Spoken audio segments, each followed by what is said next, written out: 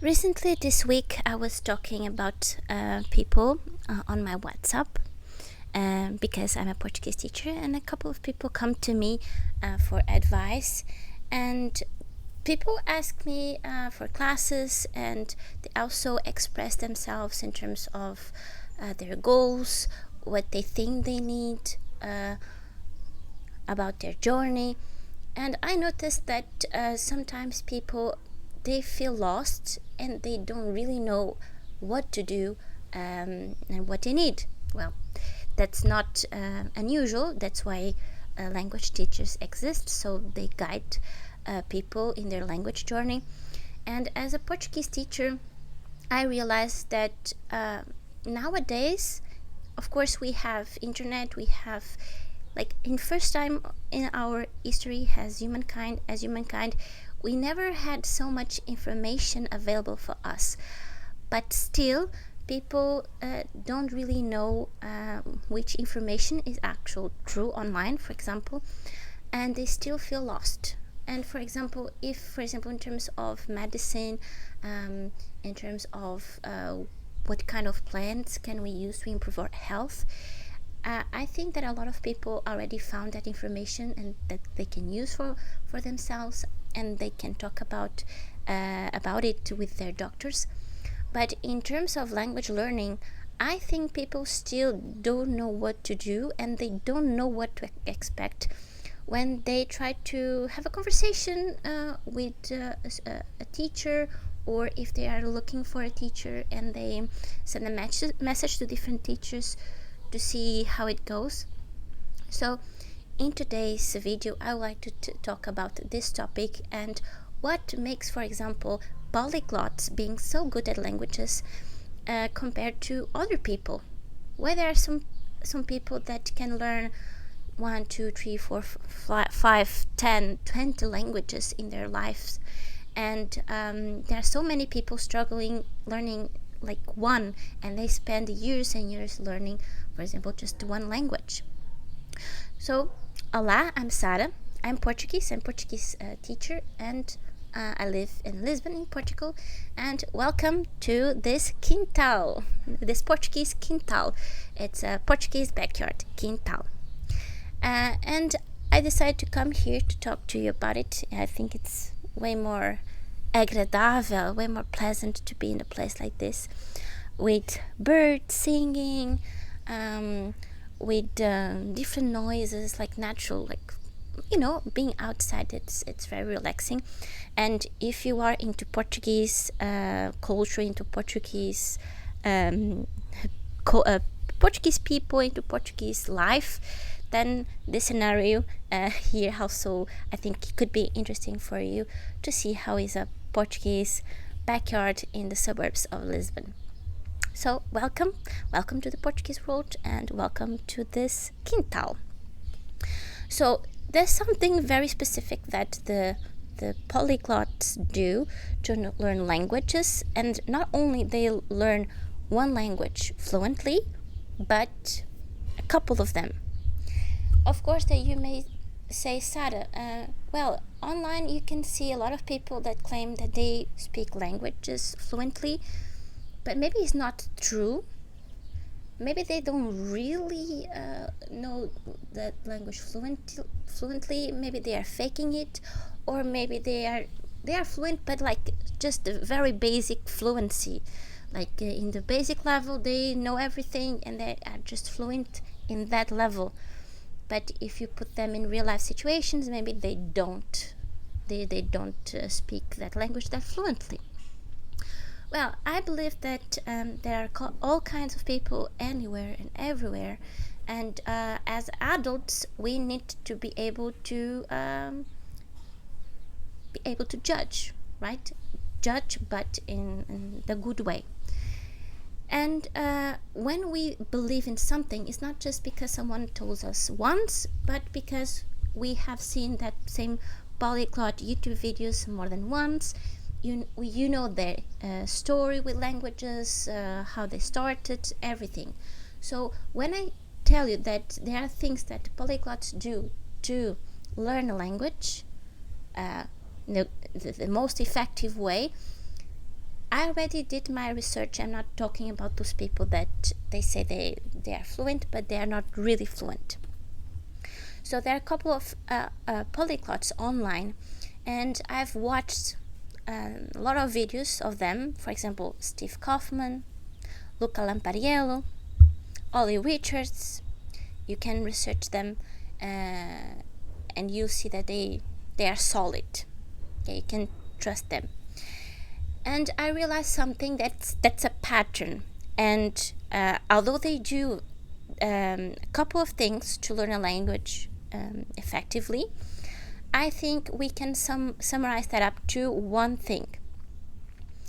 And it's related to the mindset and something that you need to be aware, you need to know, you need to do even before you start learning your first words, your first sentences in a language. And it is how, keyword here, how are you going to learn this language? Have you ever thought about, like when you started learning languages or Portuguese, for example, have you ever stopped and think, okay, how am I going to do that? Or do you just go to a language school, you send a message to a freelance teacher, and you just say, I want to learn Portuguese? I'm giving this example because I'm a Portuguese teacher. And I receive a lot of messages on Messenger, on TikTok, on Instagram, just this. I want to learn Portuguese. Okay, you want to learn Portuguese, and then what? Once you start learning Portuguese, you will realize certain challenges. For example, you need to learn new words. And you find that, for example, if you are an English speaker, you'll find that some words in Portuguese are similar to English words. And that's easier, right? Why is it easy? Because our brain connects new information to previous information. That's why it's easier for you to learn. And if you learn the words that you need the most and the words that are more the most similar to your native language or the language that you already know, then you can speak the language, for example, Portuguese, faster. You are learning faster. So this is a strategy, a technique. And you need to know that this technique or this strategy exists in order to put into practice. And the words, the new words that you're learning in a language that are similar to the languages that you already know are cognates, or I can say true friends. Okay? And the same way that we have true friends, we have false friends. What are false friends? Are words that are very similar. Sometimes they are written and pronounced the same way, but the meaning is different. So, for example, in English, we have a lot of false friends. For example, actually. Actually is very similar to atualmente. Well, if you're not familiar with the Portuguese pronunciation, it may sound very different because, of course, different pronunciation. But it's basically the same word, but one is in the English way and the other is in the Portuguese way. Actually doesn't mean atualmente. Okay? Especially if you look at the words written down, English and Portuguese, you see that they are familiar. But the meaning is different. Actually, in Portuguese, is na verdade. Na verdade. And if you translate literally, na verdade, it means in the truth. In the truth. And you think, in the truth, what does that have anything to do with actually, the meaning of actually? Right? But it's a chunk, two words that together mean actually. Na verdade. Na verdade. Atualmente, the version of actually in Portuguese but doesn't mean actually. Atualmente means currently. Currently. Atualmente is currently. So you see, you have these true friends, you have the false friends, and how are you going to learn them? How are you going to do it? Plus, how are you going to memorize? How are you going to understand the grammar rules? How are you going to use, for example, the conjugation for each verb? Because, for example, in English, it's just I am. Well, this verb, it's different. For example, I speak. I speak, you speak, he, she speaks, we speak, they speak. Almost of this is just speak. But in Portuguese, it's different. For each one of these, we have a different version of the same verb. We call it conjugation. And how are you going to learn the conjugations in Portuguese? The different verb tenses. For example, also the plural, singular and plural, which are very different from English. For example, if you know that Portuguese has nasal sounds, if a noun ends in a nasal sound, how are you going to do the plural? We have at least 3 ways to do the plural. So, how are you going to do it? How are you going to overcome the fear of speaking, the fear of making mistakes? Because you are going to make mistakes, you are going to be in awkward situations, and if you think, I'm not going to make mistakes, you are misleading yourself, because anything that you learn, it's new for you, you are going to make mistakes, because if you're not a pro, if you're not an expert, you're not going to do it very well. Actually, you become fluent in a language by using it, by making mistakes, but you need to overcome that feeling, that fear of sound silly, sound stupid, the fear of judgment. How are you going to do that? So instead of just thinking about learning Portuguese or other language, it's more about how to learn how to learn. You know what I mean? There are different techniques and strategies. Also, time management, because if we are adults, we have our lives and we are busy, we have our jobs, maybe we have kids, we have our responsibilities. If we are learning a language, we need to have this skill of managing our time in order to learn the language, to learn and practice. And there are a couple of issues and questions that you come across, challenges that you come across, and you need to know what to do. For example, if you feel unmotivated, when you start learning a language, you feel very motivated. Yes, I'm going to do it. I'm very excited. This feeling won't last forever. Will you stop the first time that you face judgment?